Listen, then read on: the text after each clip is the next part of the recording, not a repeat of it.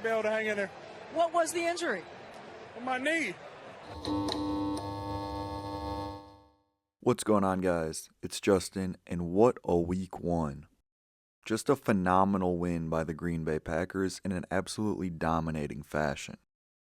I think this was better than any win that they had in all of last year and their best since the playoff game in Dallas in the 2023-2024 playoffs. The offense came out hot with a touchdown on the opening drive and set the tone for the entire game. And as great as the touchdown was, I did have an issue with how often they were running on first down. It was not working, and it often got them in third and medium situations. Though they did do a very good job of converting those in the first half. The defense then immediately forced a 3-and-out, in which Parsons forced a pressure on the third down, causing Goff to dump the ball off, and the Packers get the stop. Parsons checking into the game on that third down was an all-time moment. You could feel the energy in the stadium even from home. The Packers followed that up with a field goal and ended the first half with 17 total points. Late in the half, the Lions were driving down 17-3. They were getting the ball out of halftime too, so a touchdown before half and one after, they could tie the game up. Enter Micah Parsons. On a Goff dropback, Parsons beat their right tackle, Penei Sewell, so fast that Goff had to just immediately get rid of it. And young star Evan Williams makes a heck of a grab for the interception. A real possible game-changing play. The Packers did go conservative to end the half, which I do not have an issue with. Going into the half up 17-3 is great. Though I hated the third down call.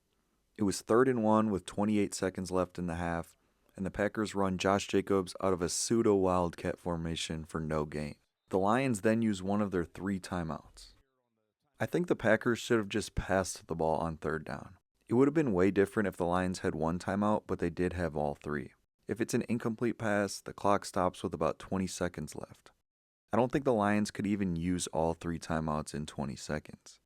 I know that they don't have much time to think about it in between plays, but I would prefer if this situation was known ahead of time. Someone get me in touch with Matt. Packers punter Daniel Whelan proceeded to hit a bomb that with the return took up 15 seconds and essentially ended the half. Whelan got a contract extension over the weekend and it was well deserved. Very good first half for the Green Bay Packers. The Lions come out at half, hit a couple chunk plays, and get into the red zone, but the Packers held, forcing a field goal to make it 17-6. A potentially big-time drive coming up for the Packers, and they go run, 3-and-out. Just very frustrating to watch during the game. Everybody in the stadium knew the run was coming, and the Packers get stuffed.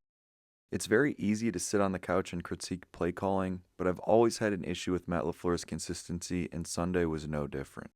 Packers do get a stop on the next Lions drive, with Lucas Van Ness and Rashawn Gary combining for a sack on third down. I will be first to admit that I was a Lucas Van Ness hater. They took him at 12th overall, and he has yet to produce equal to that draft capital. But he did play very well on Sunday. Maybe he's turning the corner.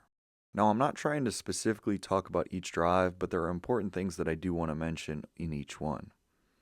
And the next Packers drive is no different.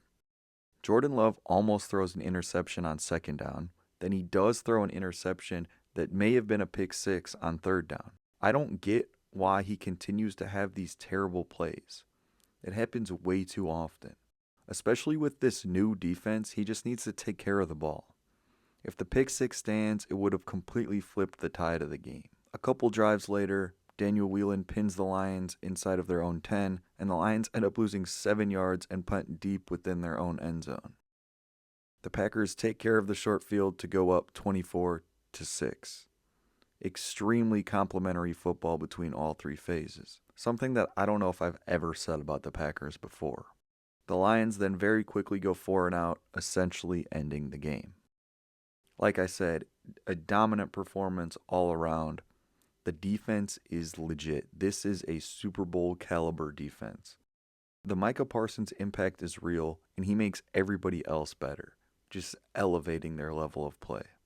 Edgerrin Cooper is going to be a superstar, and everybody in the entire league will know him by the end of the season. Jeff Hafley might be the best defensive coordinator in the league, if not top 3.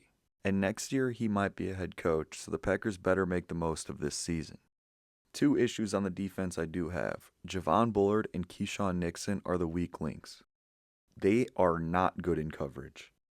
Moving to the offense, I would prefer if Kraft and Golden were more involved, but it really is hard to complain with performances like this. Another small issue that I kind of went over before is that the offense only ran 11 plays for 47 yards in the third quarter and put up 0 points.